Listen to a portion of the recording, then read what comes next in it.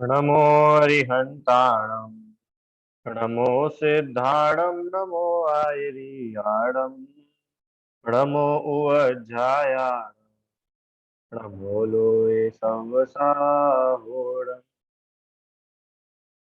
वाह।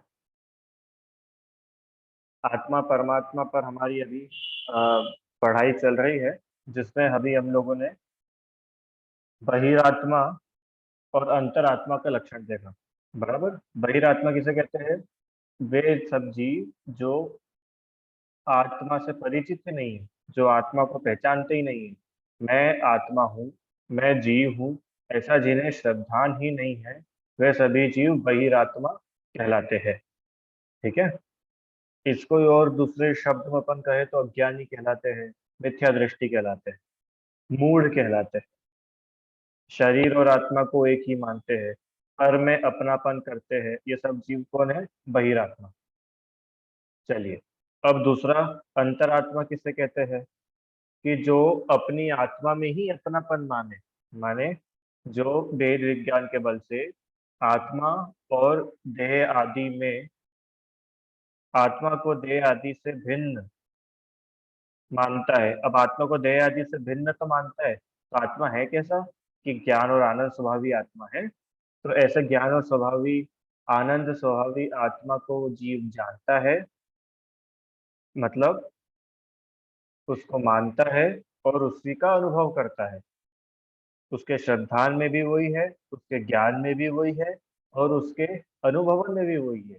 तो वह अंतरात्मा कहलाता है। अंतरात्मा को ही हम लोग और दूसरे शब्दों में कहे तो ज्ञानी कहते हैं, सम्यक दृष्टि कहते हैं।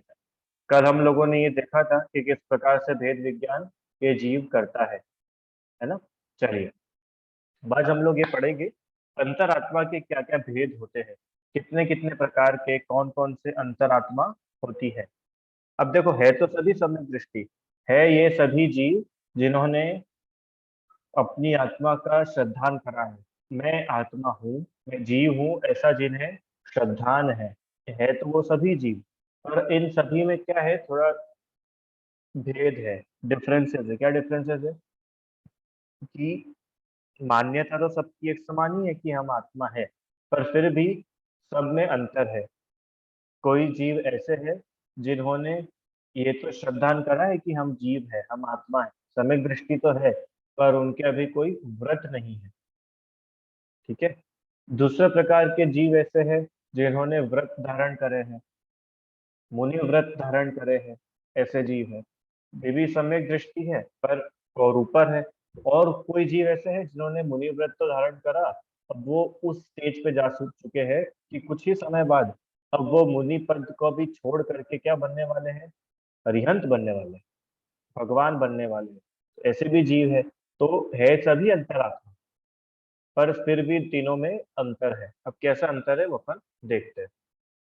सबसे पहले उत्तम अंतरात्मा। तीन प्रकार के अंतरात्मा हमने देखी यहाँ पे। उत्तम अंतरात्मा, मध्यम अंतरात्मा और जघन्य अंतरात्मा। उत्तम, मध्यम, जघन्य। ठीक है। उत्तम मतलब सबसे बेस्ट, सबसे टॉप। मध्यम मतलब बीच वाले। और जघन्य मतलब नीचे वाले, लोएस्ट। ठीक है। लोअर, मिडिल और टॉप, ऐसे तीन प्रकार के कौन होते हैं रिदम? अंतरात्मा जीव होते। तीनों होते सम्यक दृष्टि है, पर फिर भी तीनों में डिफरेंस हो सकता है। कैसा डिफरेंस होता है वो अभी अपन देखते हैं। ये उत्तम अंतरात्मा कौन होते हैं? कि जिन्होंने अंतरंग 14 और बहिरंग 10, ऐसे 24 परिग्रहों का जिन्होंने त्याग करा है, जो 24 प्रकार के परिग्रहों से रहित है, शुद्धोपयोगी मुनिराज है। अर्थात अरिहंत बनने से तुरंत पहले जो मुनि दशा होती है, वे उत्तम अंतरात्मा कहलाते हैं। किसे कहते हैं उत्तम अंतरात्मा? कि मुनि दशा होने से ठीक पहले, तुरंत पहले, जो अरिहंत दशा के तुरंत पहले जो मुनिराज होते हैं, जो अब कुछ ही समय में, कुछ ही काल में अरिहंत बनने वाले हैं, ऐसे मुनिराज, ऐसे अंतरात्मा कौन है? उत्तम अंतरात्मा है। अब देखो, अंतरात्मा बहुत सारे हो सकता है। मैं भी हूँ, आप भी हो, एक शेर भी अंतरात्मा हो सकता है, क्योंकि सम्यक दर्शन की बात है ना। तो शेर भी अंतरात्मा हो सकता है, हाथी भी हो सकता है, देव भी हो सकता है, नारकी भी हो सकता है, मुनिराज भी हो सकते हैं। बहुत प्रकार की अंतरात्मा जो है ये सब हो सकते हैं, यही होते ही है। पर इन सब में भी उत्तम की हम बात करेंगे, तो उत्तम मतलब कि इन सभी में जो सबसे ज्यादा बेस्ट है, सबसे ज्यादा उत्कृष्ट है, तो वो तो है मुनिराज। क्या मुनिराज भी है? तो कौन से मुनिराज है? मुनिराज भी बहुत प्रकार के, कि वो मुनिराज के जो अब बस अरिहंत बनने ही वाले हैं। अरे आप सभी मुनिराजों को भी एक सेक्शन में लो, तो उनमें से भी सबसे बेस्ट कौन है, सबसे उत्कृष्ट कौन है?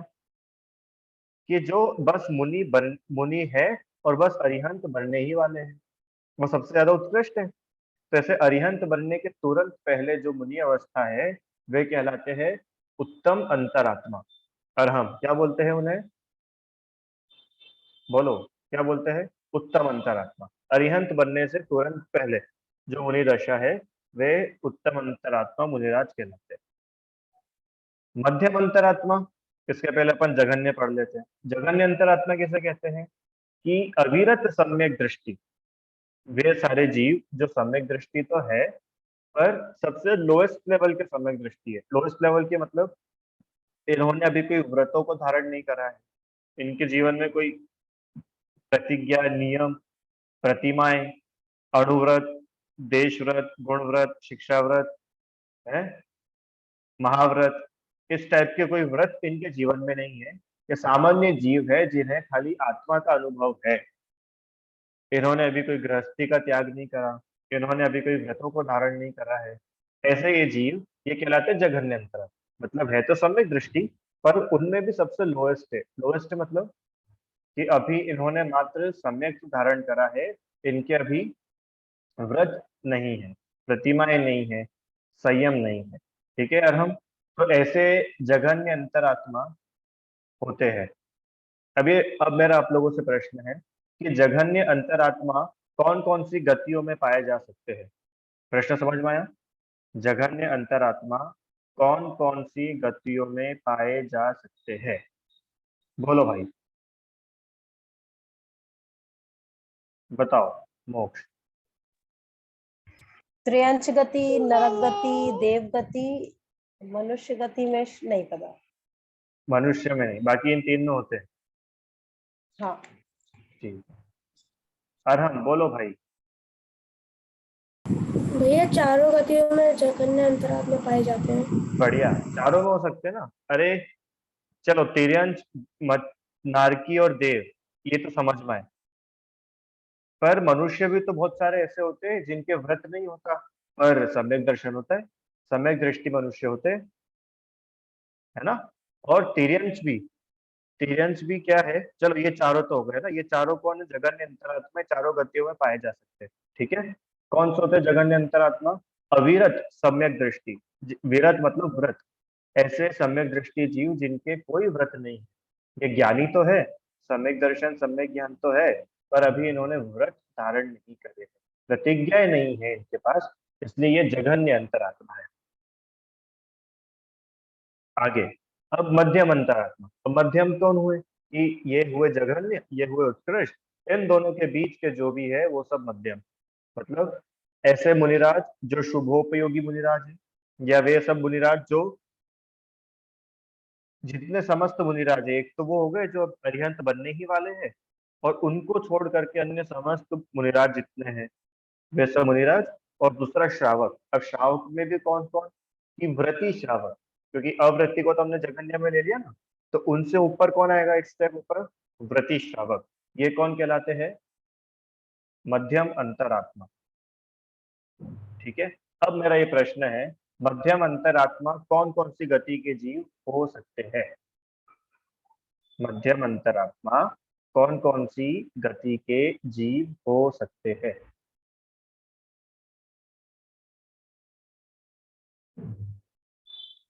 बोलो भाई।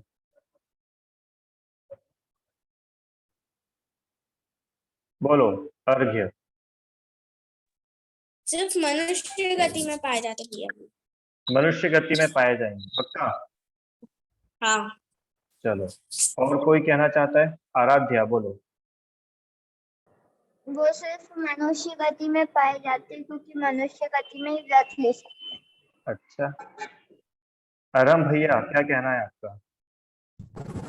भैया वही सेम कि वो मनुष्य गति में पाए जा सकते हैं, क्योंकि सिर्फ मनुष्य ही व्रत ले सकते हैं। अच्छा, ओहो, बस। और किसी का कुछ कहना है? अर्घ्य, अच्छा, पता चल गया आंसर, बोलो। सर भैया जी वो तिर्यंच गति में भी हो सकते हैं, क्योंकि कहानियों में आया था कि शेर ने भी मुनिराज के पास व्रत लिया था। हाँ, अरे तिर्यंच भी हो सकते हैं, ठीक है। मनुष्य और तिर्यंच ये दोनों हो सकते हैं। आप लोगों ने कितनी सारी कथाएं सुनी है कि नहीं सुनी है? शेर को सम्यक दर्शन हुआ, फिर उसने मांस का त्याग कर दिया, व्रत ले लिया। कौवे की कहानी सुनी है कि नहीं सुनी है ना? एक उसकी कहानी थी, कुत्ते की कहानी थी एक, कि वो कुत्ते को उसने नियम लिया था उसने कि रात्रि भोजन नहीं करेगा। ऐसे कितनी सारी कहानियां हैं। तो ये सब कौन है? ये सम्यक दृष्टि जीव होने के साथ साथ पंचम गुण स्थानवर्ती है।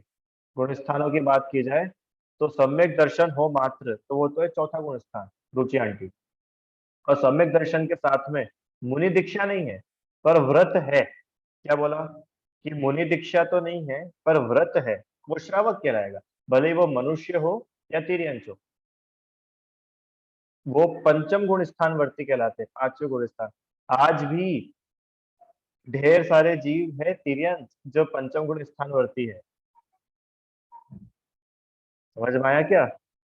हाँ, पर स्वर्ग और नरक ये जो दो गतियां हैं, देव गति और नरक गति, यहाँ पर व्रत नहीं होते हैं। सम्यक दर्शन तो होता है पर व्रत नहीं होते हैं। तो मध्यम अंतरात्मा कौन कौन सी गति के जीव रहेंगे? ध्रुव, कि एक तो मनुष्य गति के जीव और एक तिर्यंच गति के जीव, ये दो ही गति मध्यम अंतरात्मा। ठीक है। जघन्य अंतरात्मा कौन कौन सी गति के रहेंगे? कि चारों ही गति के रहेंगे। कि सामान्य सम्यक दर्शन तो चारों ही गति में हो सकता है। और उत्तम अंतरात्मा कौन कौन सी गति में रहेंगे? कि ओनली मनुष्य, सिर्फ एक मनुष्य गति में ही रहेंगे। क्यों? क्योंकि अरिहंत बनने के तुरंत पहले मतलब मुनि दशा, और मुनि दशा किसकी होती है? मनुष्य को ही होती है ना। तिर्यंच तो मुनि बनते नहीं है, तो अकेले मनुष्य गति है। बहुत बढ़िया। अब अगला प्रश्न है, बहिरात्मा कौन कौन सी गति में हो सकते हैं? बोलो। अरे ये तो बहुत सरल है, सबको इसका आंसर आना चाहिए। चलो उंगली से बता दो, एक दो तीन चार, कितनी गतियों में हो सकते हैं बहिरात्मा? अर्घ्य, कितना बोल रहे हो तुम? चार? अच्छा ठीक है, चार। अरहम चार, ध्रुव चार, आराध्या चार। बाकी लोगों का क्या कहना है?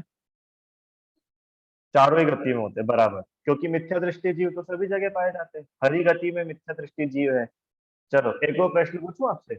अब ये अपन ने गतियों की बात करी, अब इंद्रियों की बात करते। इंद्रियां पढ़ी है ना आप लोगों ने, एक दो तीन चार पांच इंद्रिय।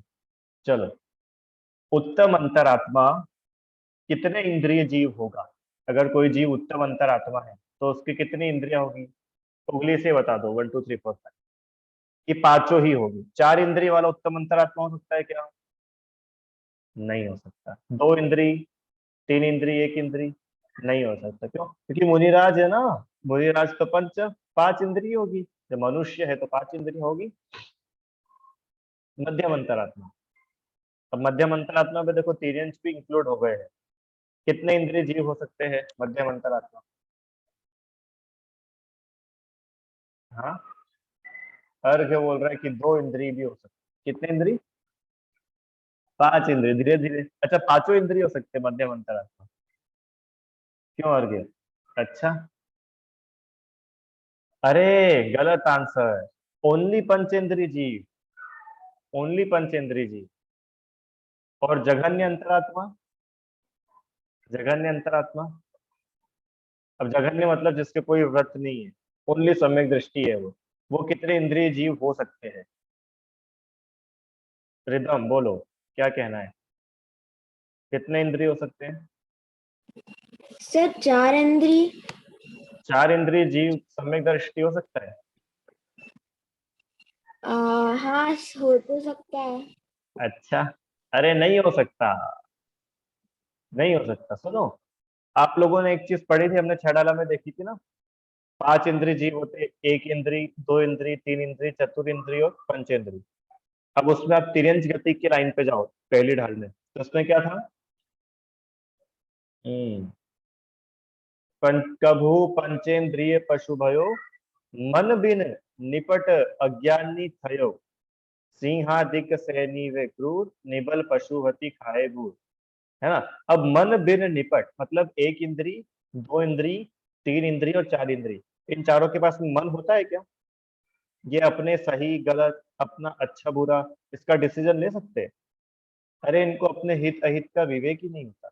मैं आत्मा हूं इतना सोच भी नहीं सकते, इनमें इतनी शक्ति नहीं है विचारों के पास। तो सम्यक दृष्टि जीव 1 2 3 4 इंद्रिय नहीं हो सकता रिदम। क्यों? क्योंकि उनके पास में मन है कि नहीं है? नहीं है। मन नहीं है तो विचार ही नहीं कर सकते। अब जब विचार ही नहीं करेगा कि मैं आत्मा हूं, तो सम्यक दर्शन हो कहां से? चलो, अब पंचेंद्रिय में भी 2 टाइप के हैं, एक तो सैनी, एक असैनी, संगी असंगी। तो उसमें भी जो सैनी पंचेंद्रिय है मन सहित, उन्हीं को सम्यक दर्शन पॉसिबल है, ध्रुव। असैनी तिर्यंच को सम्यक दर्शन पॉसिबल नहीं है। क्लियर? समझ में आया सबको? चलो, बट बहुत अच्छे। अब बहिरात्मा, बहिरात्मा कौन कौन सी इंद्रिय के जीव हो सकते हैं? 1 इंद्रिय जीव बहिरात्मा हो सकता है? बोलो जल्दी। हो सकता है? ठीक है। 2 इंद्रिय जीव हो सकता है बहिरात्मा? हो सकता है। 3 इंद्रिय हो सकता है? 4 इंद्रिय, पंचेंद्रिय, ये सब हो सकते हैं। क्यों? क्योंकि 1 से 4 तक तो 100% बहिरात्मा ही है, बहिरात्मा ही है। सम्यक दृष्टि नहीं है ना, 1 इंद्रिय से लेकर 4 इंद्रिय तक के जीव तो कंपल्सरीली मिथ्या दृष्टि ही है। चलो, बहुत अच्छा। ठीक है, समझ में आया? अंतरात्मा कितने टाइप की होती है? 3 प्रकार की अंतरात्मा, उत्तम, मध्यम, जघन्य। उत्तम अंतरात्मा किसे कहते हैं? जो 24 परिग्रह रहित शुद्धोपयोगी मुनिराज है, अरहंत बनने से तुरंत पहले की जो दशा है, वे मुनिराज 12वें गुण स्थानवर्ती मुनिराज क्या कहलाते हैं? उत्तम अंतरात्मा। जघन्य अंतरात्मा वे सभी सम्यक दृष्टि जीव जिनके कोई व्रत नहीं है, ना श्रावक के व्रत है, ना मुनियों के व्रत है, मात्र सम्यक दर्शन है, ऐसे जीव जघन्य अंतरात्मा। और मध्यम अंतरात्मा कि इन दोनों के मध्य में जितने भी मुनिराज आए, शुभोपयोगी मुनिराज, और जितने व्रती श्रावक, ये सब कौन है? मध्यम अंतर आत्मा। क्लियर है? अच्छे से समझ में आया कि सबको? हाँ। अब मुझे बताओ, तीनों में से, तीनों अंतरात्मा में से, क्यों बहिरात्मा तो मोक्ष मार्गी है क्या? बहिरात्मा को मोक्ष मार्गी बोलेंगे क्या अपन? यस और नो? बहिरात्मा, कि बहिरात्मा तो मोक्ष मार्गी नहीं है, मिथ्या दृष्टि जीव है, वो तो मोक्ष मार्गी नहीं हो सकता। अब ये 3 की बात करते हैं, उत्तम, मध्यम और जघन्य अंतरात्मा। ये तीनों मोक्ष मार्गी है कि ओनली उत्तम अंतरात्मा मोक्ष मार्गी है? बोलो ध्रुव। तीनों मोक्ष मार्गी है। क्या कहना है बाकी लोगों का?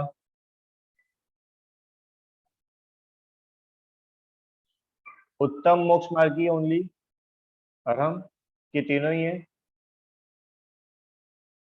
2 है। अच्छा, इनका कहना है 2 है, मध्यम और उत्तम मोक्ष मार्गी है। और उत्तम अंतरात्मा मोक्ष मार्गी है। और जघन्य अंतरात्मा, जघन्य अंतरात्मा संसार मार्गी है। क्यों? समय दृष्टि जीव संसार मार्गी है, मोक्ष मार्गी है? अरे तीनों वापस से 6 डाला पढ़ानी है क्या? उत्तम, मध्यम, जघन त्रिविध के, बोलो। अंतर आत्म ज्ञानी, द्विविध संग बिन शुद्ध उपयोगी, मुनियोत्तम निज ध्यानी। फिर मध्यम अंतर आत्म है जे, देशव्रती अनगारी। फिर जघन कहे अविरत समदृष्टि, इसके आगे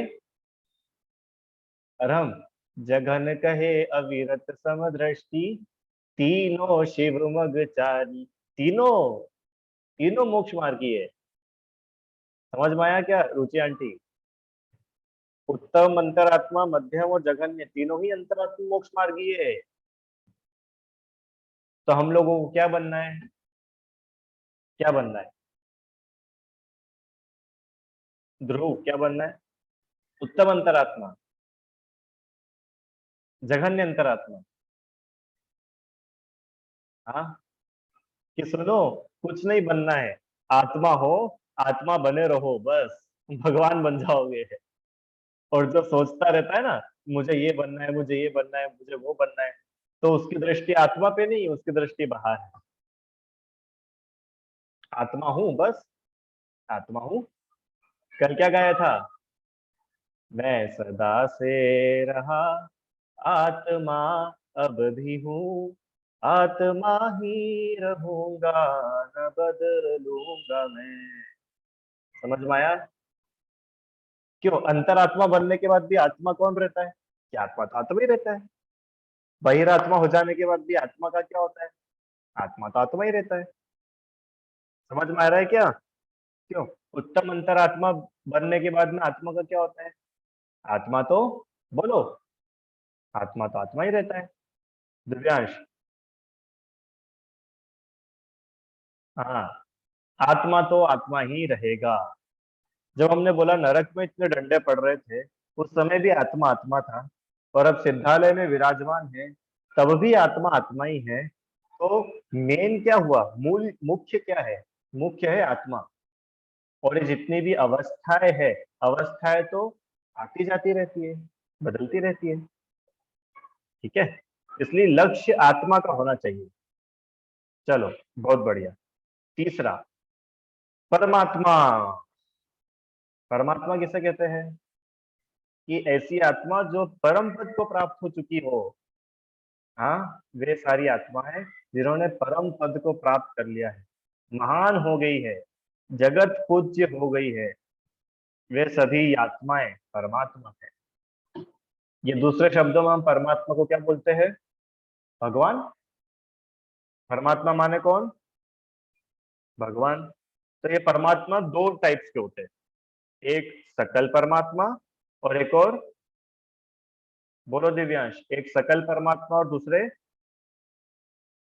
निकल परमात्मा। वेरी गुड, लिखा है सामने, सकल परमात्मा और निकल परमात्मा, दो प्रकार के परमात्मा होते हैं। मतलब ये कि भगवान भी दो टाइप के होते हैं।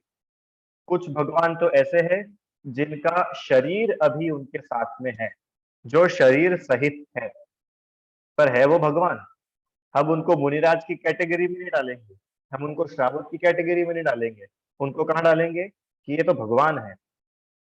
ठीक है। और कुछ भगवान ऐसे हैं जो शरीर रहित है, अब उनका शरीर भी नहीं रहा। बोलो भाई, शरीर के साथ जो भगवान है उनको क्या कहते हैं? पांचों परमेष्ठियों में उनको क्या बोला जाता है? विथ बॉडी, शरीर सहित। बोलो ध्रुव। अरिहंत। बहुत बढ़िया, अरिहंत। शरीर सहित जो भगवान है वे कौन कहलाते हैं? अरिहंत। ठीक है। और विदाउट बॉडी, शरीर रहित जो भगवान है वो कौन कहलाते हैं? सिद्ध। राइट। अरिहंत और सिद्ध ये दोनों भगवान है कि नहीं है? दोनों भगवान है, अरिहंत भी भगवान है, सिद्ध भी भगवान है। एक शरीर सहित है, दूसरे शरीर रहित है। मतलब एक का भी शरीर है, चार कर्म अभी उनके साथ में है, अभी संसार में ही है, तो वो अरिहंत है। और जैसे ही आयु पूरी हुई, चारों कर्म खत्म हुए, तो क्या हुआ? शरीर भी चला गया। और क्या हुआ? संसार भी छूट गया। और क्या हुआ? सारे कर्म भी चले गए, और वो सिद्ध शिला में जाके विराजमान हो गए, सिद्ध भगवान। ठीक है। तो परमात्मा कितने प्रकार के हुए? दो प्रकार के परमात्मा, सकल परमात्मा, निकल परमात्मा। कल मतलब शरीर, यहाँ पर कल का मतलब है शरीर, तो सकल, स मतलब शरीर सहित, और निकल मतलब शरीर रहित, शरीर नहीं है। समझ, याद रहेगा कि हमेशा? निकल मतलब शरीर नहीं, नहीं, और सकल मतलब शरीर सहित। ठीक है। तो सकल, निकल, परमात्म, द्वैविध तिनमें घाती निवारी। अब इन दोनों में जिन्होंने 4 घातीय कर्मों का नाश कर दिया है और शरीर सहित है, ऐसे भगवान तो कहलाते अरिहंत परमात्मा। और जिन्होंने 8 ही कर्मों का नाश कर दिया है, शरीर भी अब जिनके नहीं रहा, ऐसे परमात्मा कहलाते हैं निकल परमात्मा, सिद्ध भगवान। बोलो अनंत आनंद सिद्ध परमेश की भगवान की जय। क्या बनना है हम सभी को? भगवान बनना है। पढ़ा था ना, भक्त नहीं, अरे पढ़ा था कि नहीं?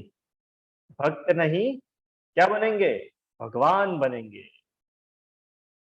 बाल बोध एक में पढ़ा था सभी लोगों ने, भक्त नहीं भगवान बनेंगे। तो कैसे भगवान बनेंगे? कि सिद्ध भगवान बनेंगे। और सिद्धत्व आत्मा का स्वभाव, मतलब सिद्ध अवस्था वो अवस्था है आत्मा की सबसे शुद्ध अवस्था, जहां एक कर्म भी साथ में नहीं, जहां पर मोह राग द्वेष साथ में नहीं, जहां पर शरीर आदि साथ में नहीं। ये अवस्था का नाम है सिद्ध अवस्था, प्योरेस्ट फॉर्म ऑफ आत्मा। हम लोगों ने बात करी थी ना कि निज और पर, इसको डिफरेंशिएट करना है तो क्या करेंगे? कि बहुत सिंपल है, आप तो सिद्ध भगवान के पास जाओ और उनसे जाकर के मिलो, उनसे देखो आपके पास में क्या क्या है। उनके पास में जो जो भी मिलेगा वो सब आत्मा का स्वभाव है, और उनके पास जो कुछ नहीं है वो आत्मा का स्वभाव भी नहीं, वो सब पर भाव है। तो शरीर आत्मा का स्वभाव है कि नहीं? कि चलो सिद्ध भगवान के पास में, और यहाँ तो शरीर दिख ही नहीं रहा है, इसका मतलब शरीर आत्मा का स्वभाव नहीं है। क्यों? कर्म आत्मा का स्वभाव है कि नहीं? अनादि से कर्म आत्मा के साथ में है कि नहीं रुचि आंटी? ये कर्म अपनी आत्मा से अनादिकाल से जुड़े हुए, अनादिकाल से संबंध है आत्मा से, तो आत्मा का स्वभाव हो गया ना। जब अनादिकाल से कर्म ने अपनी आत्मा को छोड़ा नहीं, तो कर्म और आत्मा एक ही हो गए होंगे अनादिकाल से साथ में रह करके? कि बिल्कुल नहीं हुए, दोनों भिन्न भिन्न है, साथ में रहने पर भी भिन्न है और भिन्न ही थे। जब अलग अलग थे तभी तो अलग अलग हो पाए। समझ में आया क्या बोला मैंने? कर्म आत्मा से अलग था, तभी तो सिद्ध बनने के समय कर्म आत्मा से अलग हो गए। क्यों? ज्ञान आत्मा से अलग है क्या? ज्ञान और आत्मा दोनों अलग अलग है क्या? कि ज्ञान और आत्मा अलग अलग नहीं है, वो स्वभाव है। और क्रोध और आत्मा, दिव्यांश, दे ध्रुव, क्रोध और आत्मा अलग अलग है कि एक है? अलग अलग है। क्रोध करते समय भी क्रोध आत्मा से अलग है। कैसे पता चला? कि सिद्ध भगवान के पास में तो क्रोध है ही नहीं, इसका मतलब क्रोध आत्मा का नेचर तो नहीं। हाँ, ये कहीं बाहर से आया है, बाहर की पार्टी है, अपनी पार्टी नहीं है। अच्छा, पाप करना आत्मा का नेचर है कि नहीं? आत्मा। अच्छा, क्षमा करना आत्मा का स्वभाव है कि नहीं? कि क्षमा आत्मा का स्वभाव है ना? 10 धर्म पढ़े ना हम लोगों ने, उत्तम क्षमा, मार्दव, आर्जव, शौच, सत्य, संयम, तप, त्याग, आकिंचन, ब्रह्मचर्य। ये आत्मा के स्वभाव है, वस्तु का स्वभाव है धर्म। क्यों? ब्रह्मचर्य आत्मा का स्वभाव है कि शादी करना आत्मा का स्वभाव? कि पहले तो ये बताओ, शादी हो किसके लिए? शादी तो शरीर की हुई, तो ये शरीर तो आत्मा तो है ही नहीं, शरीर तो यूं ही अलग था। तो शादी करना आत्मा का स्वभाव नहीं है। तो शादी नहीं करना आत्मा का स्वभाव है क्या? कि शादी की तो बात ही नहीं है ना। अरे शादी का रिलेशन तो वैसे भी शरीर के साथ में है, कौन सा आत्मा के साथ है? क्यों? शादी किसकी होती है? आत्मा की शादी होती है क्या? शरीर की शादी होती है, तो वो तो यूं भी अलग है। तो आज शादी करना या ना करना आत्मा का नेचर की बात नहीं है।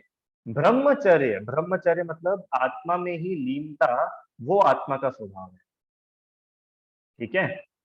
आकिंचन आत्मा का स्वभाव, यह सिद्ध पने में रहता है सब। समझ में आया क्या? इतना जोरदार है सिद्ध पर। चलो, अब अच्छे समझ में आया? चलो इसमें से भी प्रश्न पूछ लो आप लोगों से। परमात्मा, बोलो भाई, सकल परमात्मा कितनी गति के जीव हो सकते हैं? जल्दी जल्दी बताओ, सकल परमात्मा कितनी गति के जीव हो सकते हैं? 1। देव गति के जीव सकल परमात्मा बन सकते हैं क्या? अरे स्वर्ग के देव कि बिल्कुल भी नहीं। अरे देव गति के तो उत्तम अंतरात्मा ही नहीं बन पाते, वो तो जघन्य ही रहते ना, क्योंकि व्रत स्वर्ग में भी देव व्रतों को धारण नहीं कर सकता, इसलिए वो तो उत्तम अंतरात्मा भी नहीं बन पाता। वो तो क्या रहता है? जघन्य अंतरात्मा। तो व्रत आदि ग्रहण नहीं कर पाता है, तो अरहंत बना तो बहुत दूर की बात है। क्या बोला? ओनली मनुष्य गति के जीव है वो ही परमात्मा बनते हैं, तो उसमें से भी ओनली सकल परमात्मा। निकल परमात्मा क्यों? निकल परमात्मा कौन सी गति के जीव है? मनुष्य गति के कि 0। अब तो जब शरीर ही नहीं बचा तो गति की क्या बात? समझ में आया? ध्रुव, सिद्ध भगवान कौन सी गति के? मनुष्य गति के। अच्छा, कितने इंद्रिय जीव सकल परमात्मा बन सकते हैं? जल्दी से बताओ, कितने इंद्रिय जीव सकल परमात्मा होते हैं? सकल परमात्मा, जल्दी। 5 इंद्रिय जीव, वेरी गुड। और कितने इंद्रिय जीव निकल परमात्मा होते हैं? निकल परमात्मा 0। निकल परमात्मा मतलब सिद्ध भगवान। सिद्ध भगवान की कोई इंद्रिया है क्या? जब शरीर ही नहीं है तो इंद्रिया भी नहीं है। अब अच्छे से समझ में आया आप लोगों को? महावीर भगवान सकल परमात्मा है कि निकल परमात्मा है? सकल की निकल? महावीर भगवान। हाँ, सकल परमात्मा। बोलो बहन जैनिशा, महावीर भगवान कौन है? सर निकल परमात्मा। निकल परमात्मा है। क्यों निकल परमात्मा है?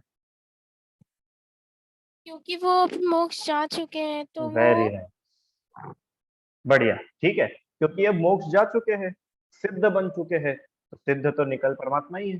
24 तीर्थंकर कौन है? निकल परमात्मा। अब उनका मोक्ष हो चुका है और समो शरण में विराजमान सिमंदर भगवान, विदेह क्षेत्र में समो शरण के मध्य विराजमान सिमंदर भगवान, वे सकल परमात्मा है कि निकल परमात्मा है? हाँ, ऐसे बता दो 1 2 करके। सकल परमात्मा है, बहुत अच्छे। क्यों सकल परमात्मा? शरीर सहित है। अरे समोशरण हो रहा है, दिव्य ध्वनि हो रही है, पब्लिक को दर्शन हो रहे हैं, तो ये तो सकल परमात्मा ही है ना। आत्मा के तो दर्शन होंगे नहीं, आत्मा तो दिखती नहीं है। ठीक है, अब याद रखोगे क्या हमेशा? बहुत अच्छा। तो ये हुई आत्मा और परमात्मा की बातें। अब अपन को ये समझना है कि इन सब में उत्तम, मध्यम और जघन्य अंतरात्मा में से अपने लायक क्या है? क्या बहिरात्मा होना अपने योग्य है? बहिरात्मपना अपने को ग्रहण करना चाहिए कि नहीं? बहिरात्मपना तो छोड़ने योग्य है।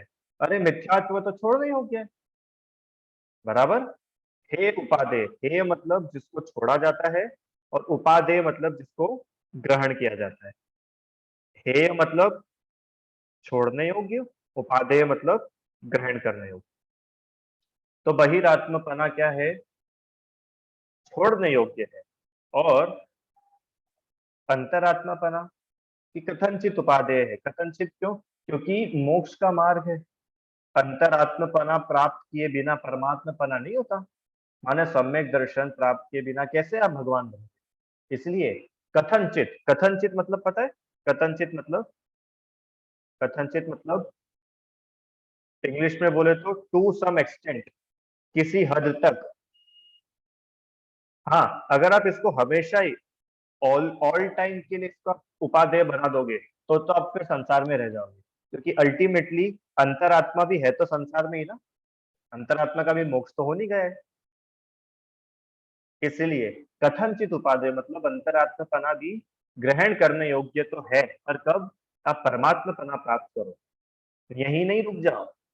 और परमात्मपना कि ये तो अतीन्द्रिय सुखमय है, आत्मा का वास्तविक स्वभाव यहाँ प्रकट हुआ है, इसलिए पूर्ण उपादेय है, पूर्ण उपादेय। ठीक है, तो हम क्या करें कि बहिरात्मपना छोड़े और अंतरात्मा होकर परमात्मा होने की भावना भाए।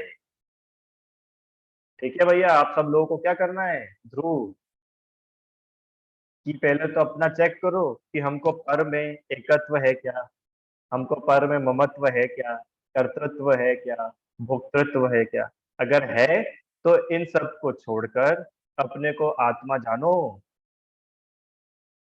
अपने को आत्मा पहचानो, आत्मा अनुभव करो और अपने को आत्मा जानकर परमात्मा होने की भावना भाव। ठीक है, इस प्रकार से हमने ये आत्मा परमात्मा पढ़ा। बहिरात्मा होने से कोई लाभ है क्या?